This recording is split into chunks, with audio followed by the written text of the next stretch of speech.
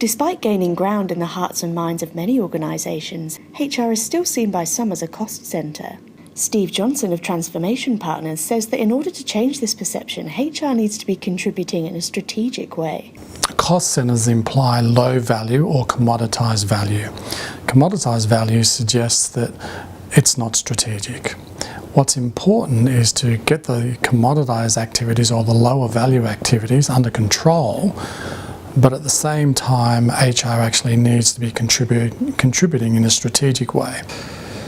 And in order to do that, HR as a function needs to get to grips with the industry challenges and changes that are coming down the pipeline, get a clear understanding of the business strategy as it relates to the current business model and the business strategy as it relates to future business models. Johnson explains that it's not just the size of an organisation that has bearing on strategy. The size of the organisation has some bearing on the organisational strategy, but what's more important is the time horizon of the strategy, because it's the time horizon of the strategy that will inform the organisational design and its complexity. For example, the number of levels the organisation requires, the critical roles that should reside at each level, and then that's the starting point for deciding which people are best suited to fit into those particular roles.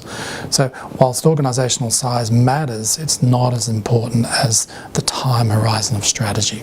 Johnson also emphasises the need for HR to be thinking about strategy in a systemic way. In order for HR to become more strategic, it's absolutely essential for HR to be thinking about strategy in a systemic way. And what that means is thinking about the interplay between strategy, organisational design and leadership. Because if those three areas aren't brought together as a system, there's very little chance that any initiative that the HRD puts together will be effective.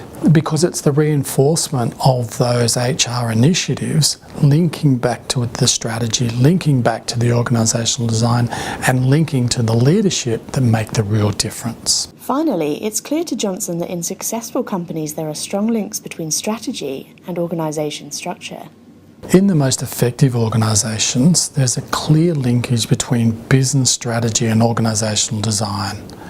There's a clear linkage between leadership and the role leadership plays in accountability and creating a sense of trust and fairness so that people are encouraged to give their best on a regular basis.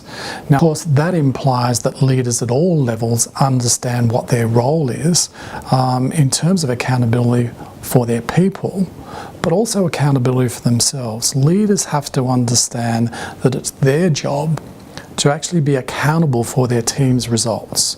And that's a distinct power shift from the way most leaders see accountability.